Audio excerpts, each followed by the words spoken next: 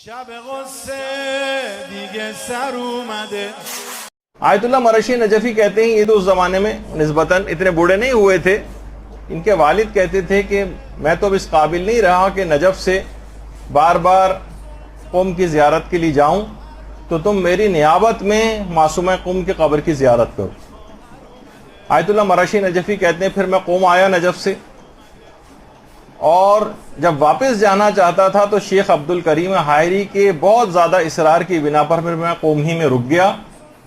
اور آج فرماتے ہیں، جس وقت یہ بات انہوں نے بیان کی، کہ آج 60 سال ہو گئے ہیں روزانہ معصومہ قم کی قبر کا پہلا زائر میں ہوتا ہوں. آیت اللہ عراقی فرماتے ہیں کہ میرے ہاتھ پر ورم آ گیا تھا، خود آیت اللہ عراقی نے کہا، اور میری ایسی بیماری ہو گئی تھی کہ ہاتھ کی جلد پھٹنے لگی تھی، اور اتنا میں پریشان ہو گیا تھا، تمام علاج کر کر کے پریشان ہو گیا تھا، اور شفا نہیں ملتی تھی، یہاں تک کہ میں وضو سے بھی معذور ہو گیا اور تیمم کرنے لگا نمازوں کے لیے.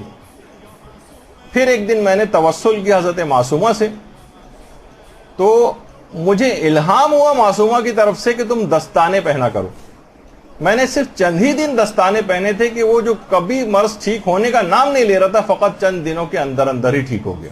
اسی طرح سے شیخ عباس قمی فرماتے ہیں جب بھی ملا صدرہ کو کوئی مشکل پیش آتی تھی، علمی مشکل کوئی بھی، فوراً حرم میں معصومہ جاتے تھے اور توسل کرتے تھے معصومہ سے، اور وہ علمی مشکل وہیں پر حل ہو جاتی تھی. باقاعدہ فوائد الرضاویہ کے اندر شیخ عباس قمی کا یہ جملہ موجود ہے. اور حرم کے جو خدام ہیں، حرم کے خادم نے بیان کیا، وہ عنایات معصومیہ میں بھی ہے، کہ اس کی بینائی بالکل ختم ہو گئی تھی. اس نے ایک کام یہ کیا کہ روزانہ ذریعے مبارک میں حرم کی جو خاک ہے وہ آنکھوں میں لگانے لگا. کہہ رہے جیسے جیسے میں نے لگانا شروع کیا ویسے ویسے بینائی واپس آتی چلی گئی، یہاں تک کہ بالکل بحال ہو گئی، اور آج یہ حال ہے کہ میں بغیر چشمے کے مفاتیح اور قرآن کو پڑھتا ہوں. خواتین کے اعتبار سے وہاں خادمائیں ہیں، مردوں میں مرد خدام ہوتے ہیں، عورتوں میں بھی خادمائیں ہیں وہاں پر معصومہ قم کے حرم میں. انہوں نے بیان کیا کہ باقاعدہ ایک گونگی لڑکی زری کے پاس، جو کہ بالکل گونگی تھی، اچانک سے چیخ چیخ کر بولنے لگی. سارا مجمع ٹوٹ پڑا. ایران کے اندر تو دیکھیے کہ جان کے لالے پڑ جاتے ہیں اگر وہاں اس طرح کا کوئی چیز معجزہ وغیرہ ہو جائے، کہ لوگ بعنوان تورک اس کے اوپر جھپٹ پڑتے ہیں، تو بہت مسئلہ اس کے ساتھ ہو جاتا ہے. حرم کے فوراً خادمائیں آئیں اور فوراً بحفاظت اس کو اس حجرے کے اندر پہنچا دیا کہ جہاں پر عام طور پر اس قسم کے افراد کو رکھا جاتا ہے.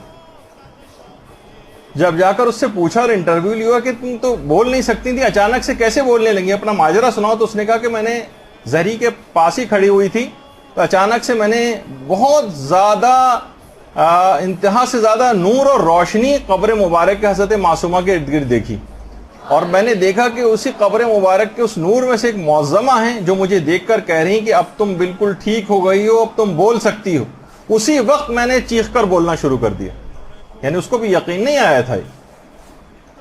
اور یہی وجہ ہے کہ آیت اللہ تقی خنساری بھی یہ بات فرماتے ہیں کہ حرم معصومہ قم ایسی جگہ ہے کہ جہاں پر امام رضا علیہ السلام بھی مداخلت نہیں کرتے. یعنی یہ مکمل طور پر معصومہ کی راجدہانی ہے یہ علاقہ. یعنی جس کو جو بھی وسیلہ بنانا ہے معصومہ قم کو بنائے. حتیٰ کہ امام رضا بھی سفارش کے لیے قوم آتے ہیں یا معصومہ قوم سے سفارش کرتے ہیں، لیکن براہ راست قوم کے معاملات میں مداخلت نہیں کرتے. خود حجت الاسلام حیدر کاشانی جو وہاں کی مسجد گوہر شاد ہے مشہد کی، وہ یہ فرماتے ہیں کہ عشرہ مجالس ایک دفعہ انعقاد ہوا تھا وہاں پر. تو اسی عشرے مجالس میں ایک مومنہ میرے پاس آئی اور آ کر کہنے لگی کہ میرے گھر میں 2 بیمار ہیں، اور میں یہاں ان بیماروں کو لے کے براہ راست ادھر آ گئی ہوں مشہد. رستے میں بہرحال قم بھی پڑتا تھا لیکن قوم وہ نہیں گئی، اور کہہ رہی جب میں یہاں پر آئی ہوں تو میں نے یہاں پر آ کر خواب میں امام رضا علیہ السلام کی زیارت کی. امام نے فرمایا مجھ سے کہ تم یہاں پر آئی ہو تو تمہارے ایک جوان کو تو میں شفا دے دوں گا، لیکن دوسرے بھائی کو لے کر تمہیں قم جانا پڑے گا میری بہن کے پاس. اس نے کہا کہ خواب میں مجھے یہ امام آئے ہیں اور یہ کہا ہے. ان عالم دین نے کہا کہ عورت کو باقاعدہ سمجھایا کہ حضرت امام علی رضا علیہ السلام نے شکوہ کیا ہے کہ تم میری بہن کی زیارت کو کیوں نہیں گئی. یعنی اس قوم سے گزرتے ہوئے براہ راست وہاں آ گئی, لیکن امام نے اس کو پسند نہیں کیا.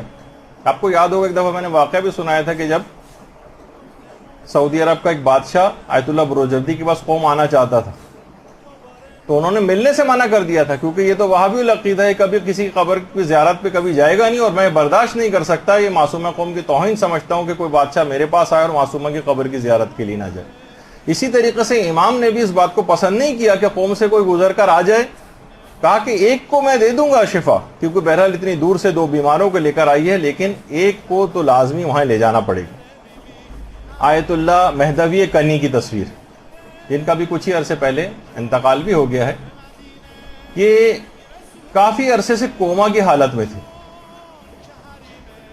اور حرم کے آستان قدس رضوی کی باقاعدہ ایک تبرکات حرم سے مس کر کے لے کر آتے ہیں بیماروں کے اوپر. تو کہتے ہیں کہ کتنے عرصے سے کوما میں تھے, بالکل بے ہوش, اور جب ان کے اوپر یہ چیز جیسے یہ وہاں سے مس کیا ہوا کپڑا ان کے اوپر ڈالا آیت اللہ مہدوی کنی پر ہاسپٹل میں, اسی وقت انہوں نے اپنی آنکھیں کھول دی تھی اور آنکھوں سے باقاعدہ آنسو بہنے لگے تھے, کہ جو 3 سال سے مفلوج تھا, اور وہ اسی حرم میں شفا یابی کی نیت سے باقاعدہ دعائے توسل میں بھی شریک ہوتا تھا, لیکن بہرحال اس کا فالج صحیح نہیں ہو رہا تھا.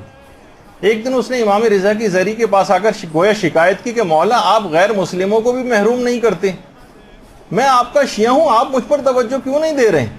مولا آپ مجھ کو جواب دیں, یا تو مجھے جواب دے دیں یا پھر میں قوم جا کر آپ کی بہن سے آپ کی شکایت کروں گا. دیکھیے بہت بڑی بات ہے, بہت ہم لوگوں میں یہ بالکل اس بات کی کہ ہمارا کتنا بھی خدا نہ خواستہ نقصان کیوں نہ ہو جائے, اس قسم کی کوئی ہم لوگوں کے اندر ہمت نہیں کہ ہم امام سے یہ بات کہہ سکیں. لیکن بہت سے لوگ, ہر شخص کے احوال الگ ہوتے ہیں, طریقہ کار الگ ہوتا ہے. کہا میں مولا میں آپ کی شکایت کروں گا آپ کی بہن سے جا کر, اور پھر میں ان کو وسیلہ قرار دوں گا.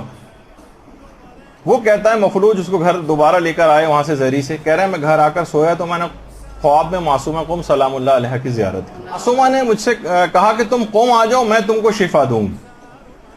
میں نے کہا کہ معصومہ آپ مجھے شفا یہیں پر دے دیں. معصومہ نے کہا نہیں, تم کو قوم آنا پڑے گا. بہرحال کہنے لگا کہ میں اپنی کوششوں سے بہرحال قوم پہنچ گیا, اور وہاں میں ویل چیئر پر کمبل اوڑے زری کے قریب ہی بیٹھا سو گیا ویل چیئر پر. تو میں نے دیکھا کہ سبز مقنے میں سبز رنگ کا مقنا تھا, معصومہ قوم علیہ السلام اللہ علیہ, ان کی میں نے زیارت کی. دنوں کے اعتبار سے اس دن عید کا دن بھی تھا, اور کہا کہ تمہیں قوم آنا اللہ مبارک کرے, میں نے تم کو شفا دی ہے, اٹھ جاؤ, اب تم کو کوئی بیماری نہیں. میں نے کہا کہ معصومہ میں مفلوج ہوں, میں کھڑا نہیں ہو سکتا. معصومہ نے مٹی کے پیالے میں کوئی مشروب مجھے دیا, میں نے اس کو پیا, اسی وقت میری آنکھ کھل گئی.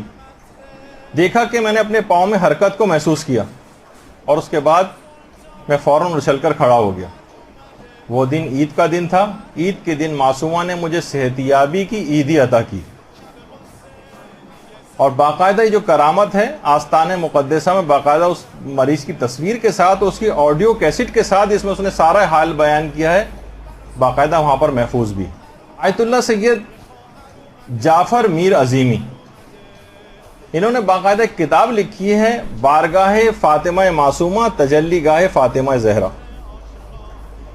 روایت کے اندر بھی اس میں یہی آیا تھا نا محمود مرشی میں, کہ وہ تجلی گاہ ان کی قبر کو قرار دے دیے گا حضرت زہرا کی. باقاعدہ اس پہ کتاب لکھی ہے انہوں نے, اور اس میں آیت اللہ فاضل الانکرانی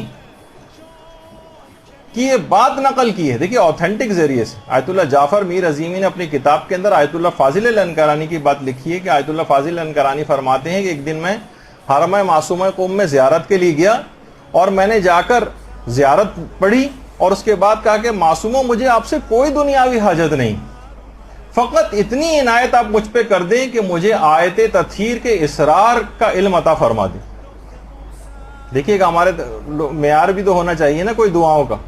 میں نے پچھلی مرتبہ بھی کہا تھا کہ ہم ایک لحاظ سے دعاؤں کا معیار بھی گھٹیا ہو گیا. بہرحال آیت تطہیر کے اسرار اور رموز مجھے عطا فرما دیجئے. کہہ رہے ہیں میں اس دعا کے بعد گھر گیا ہوں اور گھر میں جانے کے بعد میں نے غور و فکر سے آیت تطہیر کے ایسے مطالب مجھے القاء ہوئے کہ اگر میں 50 سال تک بھی مطالعہ اور فکر کرتا تب بھی مجھ پر وہ مطالب روشن نہ ہوتے جو کہ معصومہ قم سے اس توسل کے بعد مجھ کو حاصل ہوں.